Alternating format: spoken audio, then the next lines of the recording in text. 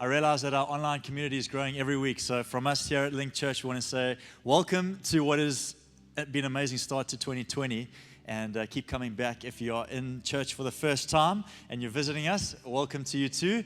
I want to read a quick message from a good friend of ours. You may know her. Her name is Tash Barnard, but she has just been away in Bali doing Pilates. She's a Pilates instructor, if you don't know about her. And she was just really impacted by Vision Sunday.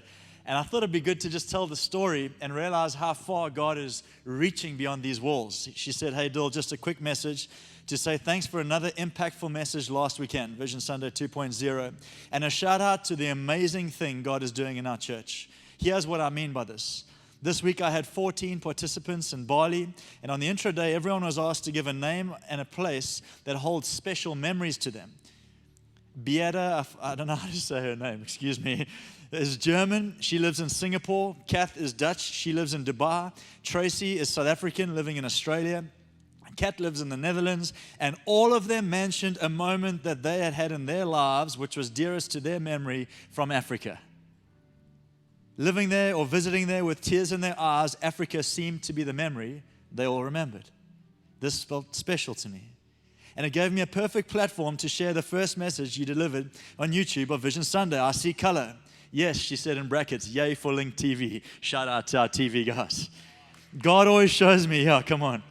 God always shows me so much and such light on these teaching trips through the strong network that I'm connected with, and I get so proudly to share the vision with the people God aligns me with. Thank you, Dill, and the team at Linc Church. I'm about to land back in Joburg, and there just ain't no place like home with a big South African flag. Can we appreciate the fact that God is talking about our nation?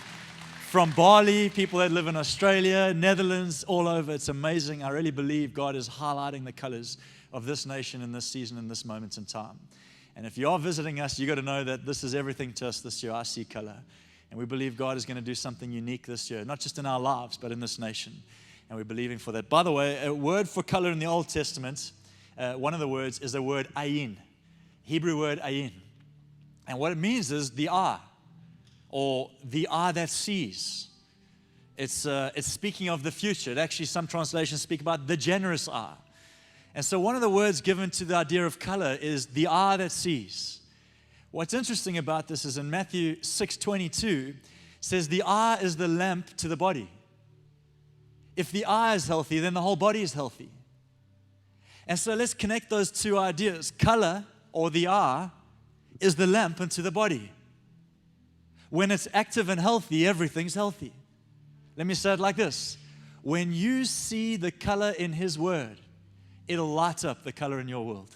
That's my prayer for us. So let's pray, and then I believe God is going to start to move in this series. God, I thank you for the life that is in your Word. I thank you for the life that you're bringing to our world. I thank you, Jesus, that when we see color, everything else around us lights up. So help us to see it today. Help us to see fresh color in the black and white pages of Scripture. Help us to see fresh perspective of what you're trying to say. Speak to every single one of us, God. I pray for where we're at. And again, we just pray for our friends, Bevan and Tam Russell, as they launch Co-Church in the Rockwood Theatre in Sabaya. And we just speak your life and your courage and your blessing and your favor over them and their story as another church lights up for your gospel on our shores and in this nation. And we're believing this year, one more time, Jesus, that this year, this nation is going to shine its brightest colors into this world in Jesus' mighty name. Everybody said, amen. Tyrone, bless you. Thank you. How good is our worship team, church? Aren't you just so proud to be a part of this amazing story? You see, when color lights up in this, color lights up in here. That's the big idea of this series. We're talking about Prism. We're talking about the gospel through a different lens. Colors of grace, if you like, is what we're speaking about. It's going to be exciting. You don't want to miss this series. Perhaps you've read Matthew, Mark, Luke, and John before, but you've never read it through this lens. You've never seen the colors in there. I mean, if I was to ask you, what do the colors red, white, blue, and purple mean to you? You'd probably kind of wonder where I was going with it. If I said, what do they mean to you with regards to Matthew, Mark, Luke, and John? Most of us never heard of it. And yet, those colors are synonymous with those 4 books of the Bible. We kind of playing with this series in the sense that we're saying it's 4 gospels, 4 colors, 4 faces, 1 Jesus. And what we're saying is when you get the full picture of Jesus, everything inside of you changes. Sometimes we only get a part of the picture. Sometimes we only get the part that makes sense to us. Sometimes we like parts of what God is trying to say. We like being part of church. We like the coffee. I mean, who doesn't like a good coffee at Wonderland on a Sunday? Sometimes we like the fact that our kids are getting a great kids' church experience next door. It's incredible what's happening in our children's church. Sometimes we like the fact that there's good music. We just like components of what it means to be the church. But Jesus wants us to get all of it. He wants us to get the full picture, because when you get the full picture of the color that's in here, the full picture of God lights up in here. That's my prayer for you. I want to tell you there's more in you than you realize. There's more potential. There's more possibility. There is more yet to come for our nation, for our churches, for your businesses, for your families. Like, we're convinced of this. It's not just a cool idea. Dill's going off on another Sunday tangent. No, I'm convinced that there is so much color still to be experienced in the heart of humanity. We just got to shine some light in it. And as we shine light through this word, God is going to light up your world. Let's talk a little bit about Prism in the context of what it means for us as a church. We're talking about Jesus, right? Now, it's interesting. Some people, grace is an amazing word. The colors of grace. That word grace is an amazing word. Many would like the idea of grace playing out in their lives. Even if you don't know exactly what it means, you like the idea of God's grace being on your life and in your business and on your family. And grace speaks of favor. Quite literally, it speaks of undeserved favor. So the word grace speaks of undeserved favor. And so what we sometimes do, and I'm just going to kind of set a few things up today. It's just a setup. Tap your neighbor and say, it's just a setup. I want to set a few things up, but sometimes what we can do with the idea of grace is we can make it a principle when it was always meant to be a person. In other words, you can apply grace as a principle to your life. You just speak it over your life. Let me be practical for a moment. We like the idea of God being on our business or on our family or on our marriage or on our lives, and so we stick the fish on our bumper. Now, if it's on your bumper, bless you, and that's awesome, and you're representing, that's power. But grace is not a principle. The sticker won't produce success. How many of you know that? Grace is a person. Can I say it like this? To walk in favor is to understand what it means to walk in friendship. I don't believe you experience the full favor of God or grace of God, if we keep with that language, if you don't journey in friendship with God. You can't make Christianity functional. You can't stick a sticker, quote a scripture, apply 3 principles. It's not a principle-driven story. It's a personal story. It's a relationship. It's not about rules and regulations. It's about a relationship, and it's about a friendship with God. And in the friendship is where the favor is. Now, all of us are in different stages of our friendship with God, and I respect that. Perhaps some are still figuring out even what it means to have a relationship with God. That's okay. Figure it out slowly. God will help you on this journey. Some of us are further on the journey. All of us are on the journey. And the journey is one toward more friendship, not toward more favor, because in the friendship is where the favor is. We don't go after favor, we go after friendship, and favor arrives. Amen. Anybody believe that? And so when it comes to the colors of grace, I need to frame this for you, that grace is not a principle, it's a person. Let's read this in John chapter 1, I believe it is. John chapter 1, verse 14. Says it like this. The Word became flesh, made his dwelling among us, talking about Jesus, and we have seen his glory, the glory of the one and only who came from the Father, full of grace and truth. All of grace is in him. So when you get him, you get grace. When you journey in friendship, you got favor. It's one of the greatest gifts to my walk with God is to know that it's not functional. I don't have anything to prove to God. It's a journey. It's a friendship. John 15:15, Jesus himself said it like this. I no longer call you servants, for a servant doesn't know what his master's business is all about. I call you friends. For everything the Father has made known to me, this is Jesus talking, I have made known to you. How many of you want a couple of secrets out of heaven's storehouse?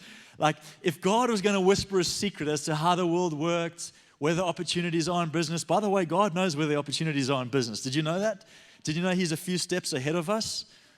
And so Jesus is saying to us, I got access to everything you need, but I'm the one who holds it. I'm the one that's full of grace. I'm the one that's full of favor. And if you journey with me, you walk in favor. Friendship is where favor lies. And so that's really a bit of a framework for the series. But let's talk about what I'm trying to get in a lot of the series, the colors of grace. There's a graphic I'm going to put up now. You're going to see a bit of an explanation as to what this all means. The series is Prism, and we're looking at Matthew, Mark, Luke, and John through a lens you may never have seen it before. So check this out. Prism, those 4 books are the stories of Jesus. Matthew, Mark, Luke, and John, 4 books in the Bible, all of them telling the story of one person, Jesus, from a different angle. All right? But now what you may not know about these stories, and it gets so exciting, because remember, it's a person, not a principle. You get to know the person, and you get access to the power. All right? Favor is in the friendship. We're going on a journey this next couple of weeks to understand more of Jesus. All right? Matthew is a book that's marked by the color purple and the face of a lion. Now, I'm going to talk about where these things show up in other parts of the Bible just now so you can see what God's trying to say to us. But in essence, we would say that these 4 things are taking place in the Gospels. Matthew, purple. Mark, white. Luke, red. And John, blue. Let's talk about that for just a second. Matthew, purple, because the book of Matthew starts with a genealogy. The genealogy starts with Abraham, and the next line is David was of Abraham. It's identifying a kingship line, a royal line. The book of Matthew begins with one intention: to make Jesus known as king. Kings rule and reign. I'm not going to give you all the juice. You're going to have to keep coming. We're going to have some fun on what it means. If Jesus is king, what does that mean for us? If he rules and reigns, how does that play out in us? You see, because if Jesus is a king, therefore then we carry some of that quality. We're going to talk about how getting to know him changes everything. Can we just, there we go. So the second one is, so Jesus is a king. It starts in Abraham. It's purple, right? The second one is Jesus. It's portrayed as an ox. The book of Mark. Mark is where Jesus gets portrayed to us as a servant. Jesus the servant, the color white, the sash of a servant. The book of Mark begins with immediately. Jesus did this. No genealogy. No need for pedigree. Why? Servants don't need pedigree. They're just there to serve. There is a component of Jesus' character that isn't asking for pedigree. He already has that in Matthew. He's addressing the heart of humanity, which is the need for him to serve them. Jesus came to serve us. Jesus came to serve you and I. He dresses up as a servant to serve. Mark begins with Jesus performing miracles, and the last kind of lines of the book of Mark speaks about, and Jesus was still working. It starts with him working, it finishes with him working. It's the story of Jesus the servant. Colors of grace. Prism. Jesus like you've never seen him. To impact your life like you've never dreamed it. The third one is Matthew, Mark, Luke. Luke is the second book that has the genealogy. This one is a bit different to Matthew. Matthew, it starts with Abraham and David, kings. All right? Luke begins at Adam. Why? Because Luke is portraying Jesus as a man. And this is important. Because if Jesus never lands in human form, we can't identify. He can't identify with what we go through on a Monday or this morning, getting kids ready for church. Jesus was a man. He was human. Sometimes I think the Christian story and the Christian world portrays this thing like it's out there, but Jesus came down here. He's in our lives walking. So Luke put from Adam. And he needs to show us that Jesus didn't just come somewhere along the line. He's of the bloodline, of the human bloodline, Adam. He's part of the story, Jesus, the man. If Jesus is a man, that has great implications for us because it took a man to give up his life so that other men could have their lives back. That's you and I. The fourth one is Matthew, Mark, Luke, John. Jesus as an eagle. John speaks as the heavens are above.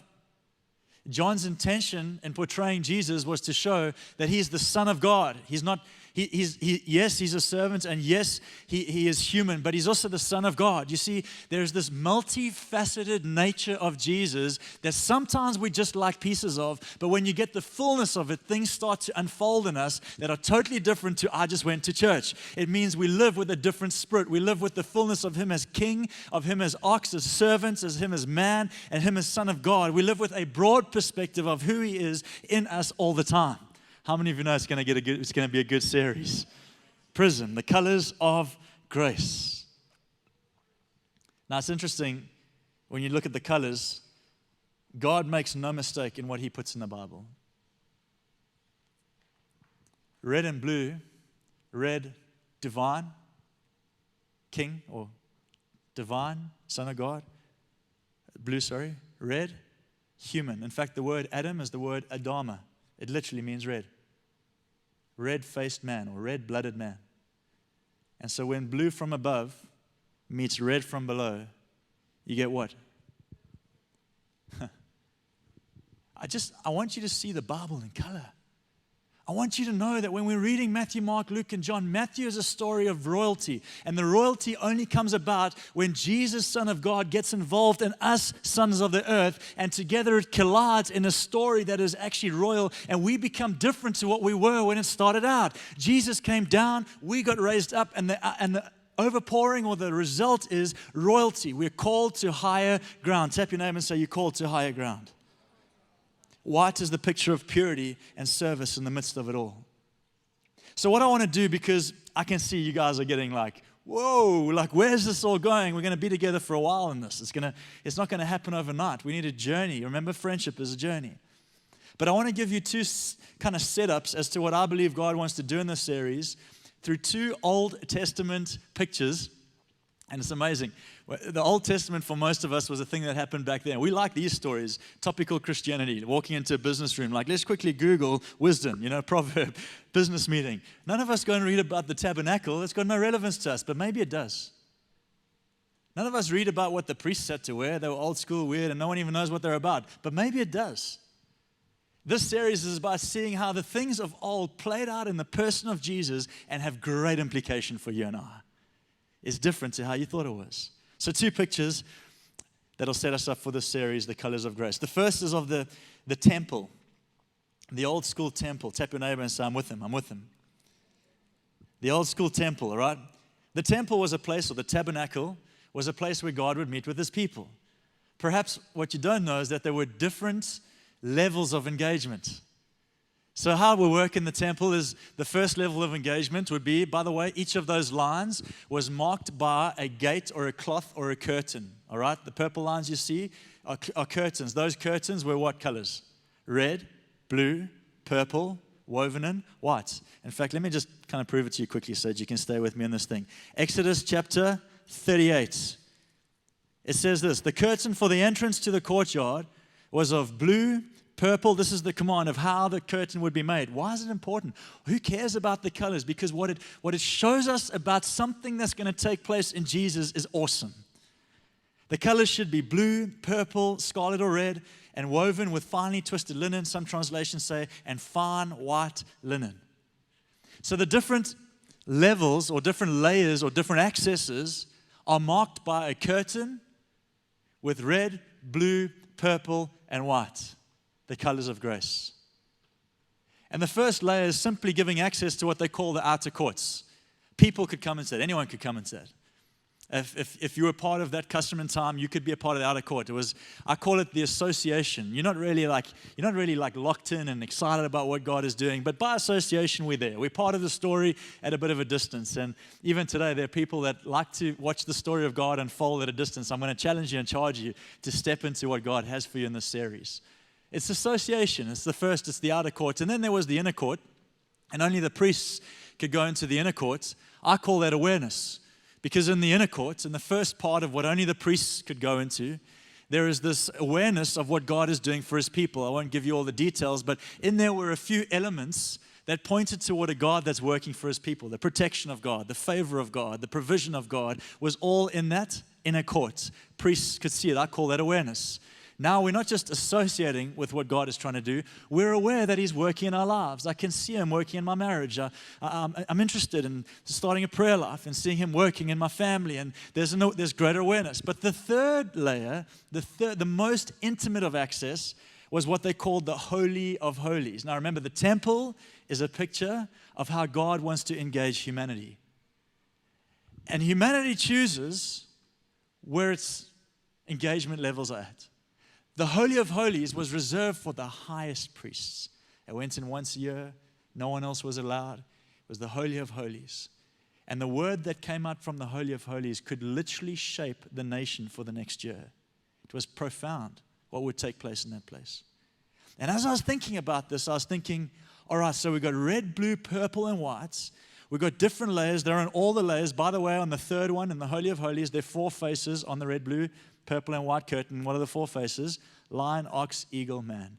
Long before Jesus is on the scene, God is pointing toward a person that would fill the desires of ruling and reigning, serving humanity, being human in likeness, but the Son of God as well. There's something God was showing them as you walk in, and here's what we do. Let's talk a little bit just for a moment about access and ownership. All right? When it came to the tabernacle, nowadays we're called priests, and our heart is called the temple. Therefore, we no longer need to walk through different layers. We just access them with who we are. But access and ownership is an interesting thing. I was riding with a good friend on my mountain bike a few weeks back, and someone said to me, this guy does family holidays like no one else. And so when I was riding, we're talking about where'd you go, where your funnest family holidays, what did you do, what did it look like, what's everyone like up to. And then like we get down this hill, and the mates of mine that's like said, no, this guy goes on the coolest holidays. He says to me, he's totally playing down his holidays. He's trying to help you feel better about yours, you know. So I scheme no ways. I want to know what he's up to. So anyway, I say to him, listen, I hear your holidays are far better than what you've explained them to me. You're going to have to give me a second run. So he says, okay, well, I will. Oh, my word, guys. Church, friends, family. Like, you want to be his children. Like, they have gone on the most amazing holidays. Like, they've been literally to corners of the earth. Like, he described places on earth, like, I'm just embarrassed to say it, I didn't even know existed. And he was there with his family. Not business, family holidays. They paddled through some of the canals in the Amazon. They've paddled around islands. They've ridden bicycles everywhere you can think of. They've skydived. They've hot air. Like I was just like, what? This is unbelievable. So I say to him, of course, like any aspiring family holiday would. What's the secret? You know what he said to me? Access, not ownership. So of course now I'm like, no, bro. You were slow to tell me about your family holidays. Now you're giving me a little one-liner access, not ownership, and thinking that's going to work. Come at me again. Tell me, he said, here's the thing. Most people desire ownership, and what it does is it limits access. Let me give you that in a practical form. You dreamt of owning a holiday house. Now, it's not a bad deal. It's a good deal. I grew up in a home, we had amazing holiday homes that we went to. But by owning something, sometimes limits your access to something else. Why? Because if you don't go to the place you own, you're wasting in your mind at least, we shouldn't have bought that house. We should never have bought that house. This never gets used. No one ever goes there. Okay, let's go there this holiday. No, it's good. It's fine. Have fun. Be blessed, all right? But by having ownership of one thing can sometimes limit access to another. He said to me, Dylan, we've had incredible business opportunities, but we've never invested in one space. We've kept our options open. So while we've made good investments, we haven't been after owning anything. We've been after accessing many things. This is a word for someone in the church, because your whole life is geared around owning this or owning that or having this or having that or that's ours or this is the dream home. Can I speak to some people today? And your whole life is geared towards sweating to that place where you can build your dream home. And when you've got it, you don't want to leave it because it's so precious that you don't have the freedom to access somebody else's dream home for just a little while. I feel like I'm preaching. That's really good, Dill, really good. Preacher, thank you. I'm coming at you again. Access, not ownership. Business. This is my business. Well, if you actually did a deal with a few people, collaborated and had shares, you would have more access to other things as well as that thing. But we're precious about ownership. Tap your neighbor and say, he's talking to me. You and I are not that different. All right, let's talk on a personal level now. I like to own my story. I don't want you to get a part of it. This is mine. Don't come here. Don't ask me questions about my life. Hey, don't challenge me about my faith walk. It's mine. Ownership, and ownership limits access. You see, the people of God, the amazing thing about the temple is that if they would let themselves walk through the curtains, the red, white, blue, and purples, which are a picture of Jesus, if they would let themselves walk through, they would have access to what they don't deserve, but ownership of nothing. I've been thinking about this in my life because I've had a very blessed life. I've got incredible parents. They've built an amazing path for us as children. There have been parts of that journey that have blessed me, and I've been thinking about now that certain things are mine, whether it's houses or cars or holiday homes, do I treat them as my own, or do I realize it's just by inheritance that I have access? Therefore, if I got access by inheritance, it'd be my privilege to give that to others. What if what I had wasn't what I owned, it's just what God gave me access to while I was on earth? What if what you have is not necessarily what you own? Awesome that you worked hard. I'm not taking away the journey and the pursuit of hard-earned benefits. Honestly, it's fantastic. But what if all those things arrived at this moment where you realize, in God's eyes, this is an inheritance that He's entrusted to me, therefore I don't own it, I just have access to it for a season of time. For some of us, it's 20, 30, 40, 80. Some of us, God willing, I want to live to 121, celebrate 221st. How cool would that be? But that's the time I have access to it. My wife's shaking her head. She's like, I don't want to know you at 121. Like, you're hard enough at 30, you know? Access, not ownership. What God is trying to show us in the temple picture is that because of 4 colors of grace, you have access to things you don't deserve, but you can't own them. I wrote this down, maybe you should too. To have access to Him is to have access to all. To have access to Him is to have access to all. I'll tell you a little personal story around this access and ownership thing, because it challenges me, right? We like to own our story. We like to have our name on the board and our title on the deed. And again, I'm not saying those are unwise things to do. Fantastic. You probably could teach me a lot around business, but I'm just teaching you about the kingdom. And the kingdom is about access, not ownership. And this guy that day taught me something that has transformed my life. I remember sitting once, I was traveling with a good friend. He helped me get to Singapore with him. I was actually not in a good headspace, and he thought he'd take me on a trip and help me out. And so he took me to Singapore. He was ministering at a church across there, and he thought this will be good exposure for me as a young man. I was in my kind of mid-20s, and he thought, Shame, it'll be nice for Dill to see a bigger picture. So he took me on a journey. All right? Access. And here I was sitting in Singapore, and he took me to this restaurant once on an island called Sentosa Island. You may have heard it. You may have been there before. It's a very nice place. And we sat in a restaurant of a hotel that is really for like the others. Tap your neighbor, say the others. Not me. You know when you open a menu, and it's him and myself and 2 other guys, and you open the menu, and it's just simple questions everywhere. Simple questions, SQ. Have you checked that? Simple questions everywhere. What's the price? Just simple, and so I was thinking, I don't know if I want to order anything. Like maybe they got like a free mint when you come in. I'll eat that for lunch. He's like, Are you hungry? I'm starving. He's like, Well, order some. I'm like, I can't. I'm not sure I am hungry. I don't know if I like the food because I live in a world where I'm not sure what this means right now. Can I afford it? Can't I afford it? Like, is this right? Isn't this right? I'm just like honestly, I'm just figuring a lot of stuff out. Some of you are thinking, this guy's crazy. I'm going to find another church. Fantastic. Stick with me for the next 8 weeks and you're going to be saying something different. But I sat there and he said to me, order something nice. He said, you sure? I said, yeah, okay. I'll have the ribeye. With mushroom sauce. No, I'm joking. And we sat there, and he could see that because I wasn't assuming he would pay, obviously. And he could see that. And he could see that I was kind of feeling like, I'm not sure I can afford this meal. So he told me to order the meal, and when the meals came, and our friend sat down, and he looked me in the eyes, he said, Dill, I brought you here to teach you something very simple, and may it never leave you. We may never be rich people, but God will give us access to do what rich people do. You know what's amazing about that statement? None of us would call ourselves rich. Rich is a moving target. I'm not rich, they're rich. Have you seen what they got? No, you're rich. You drive a car. No, but have you seen where they live? Do you know the business that they're building? Do you understand the kind of numbers that they're turning? They're rich. You go and speak to that person that's turning the numbers that you just referred to. Oh, you are so rich. Like, fantastic to see how God has made you so rich. And they're like, I'm not rich. Have you seen? See, rich is a moving target. So what he was teaching me that day was not monetary, it was a mindset. We may not have what we think we need to enjoy the life God has promised.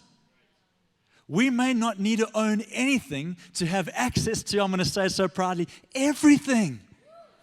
Do you know, since that day, come on, give Jesus some praise. Since that day, I left there, I said, God, teach me. Give me a mindset of abundance. Give me a mindset of abundance. Help me to realize, God, it's not what I hold in my hands. It's what I carry in my heart. I got inheritance here. I got a future that I don't deserve. I got grace. I got the colors of grace. I got all these layers that invite me to access something I don't deserve without owning any of it.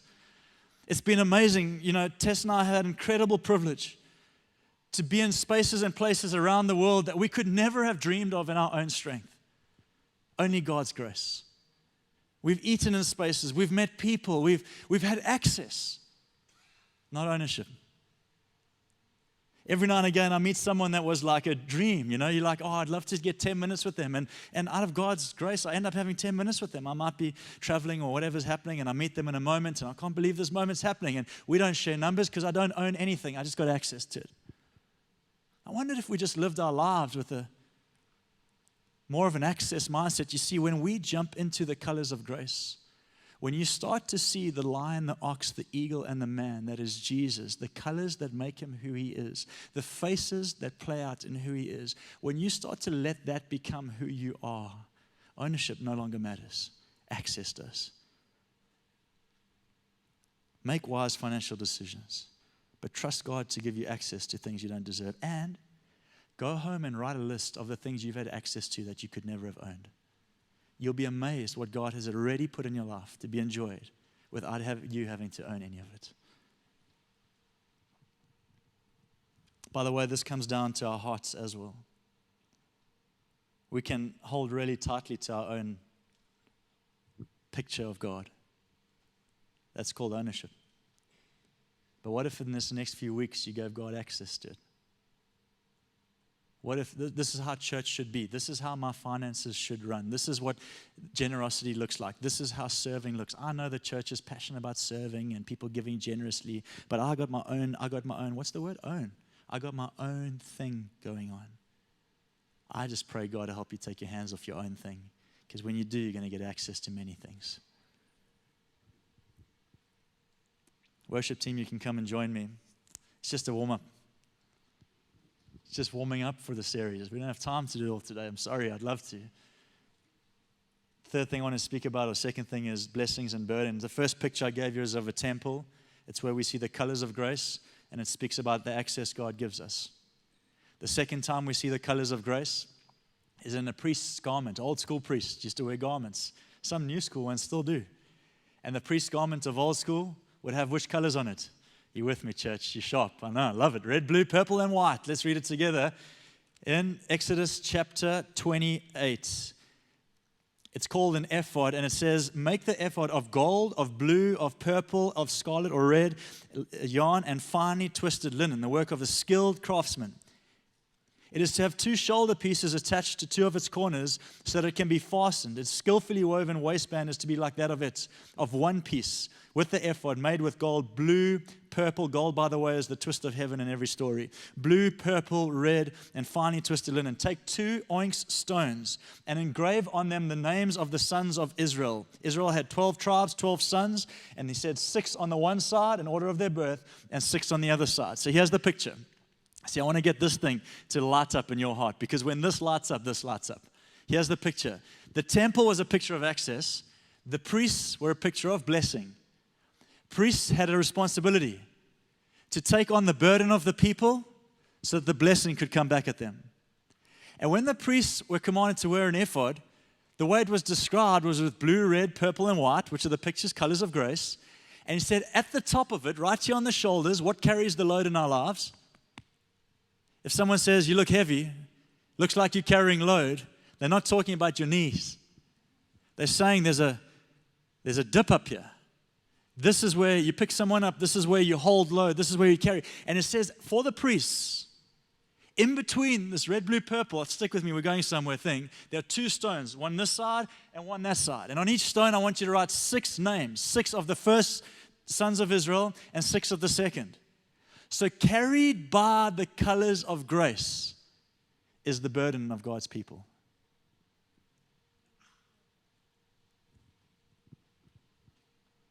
He shouldered the burden so that we could share the blessing.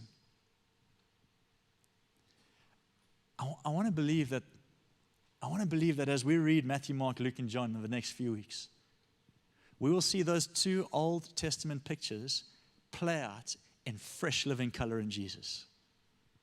Listen to what it says in 1 Peter 2, verse 4. We're speaking about a temple and a priest. Two pictures, colors of grace, one of access, one of blessing. When you see the color, when you journey with God, there is access to things we can't afford and blessing without burden. How many of you are excited for a little blessing without a burden? See, we live in a culture, to get the blessing, you must carry the burden. No. Under God's story, He carried the burden so that we could walk in the blessing. That's called the colors of grace. And some of you are carrying burdens too big for your shoulders, and they were never meant to be on you. Some of you are carrying a burden for decisions you've made in your past. I'm telling you, as we dive into the four faces of Jesus these next few weeks, He's going to lift the burden of your past and let you walk into the blessing of your future. He's going to do the heavy lifting. Some of you are carrying burdens for relationships you're currently in, and you can't sleep at night. You can't get through it, and you're thinking, God, thank you, that's awesome. Would you take it away? He will, but He'll do it by showing you that He's King, ruler, reign, but He's also servant. There's a role you'll play in serving others that will release the burden that's on you.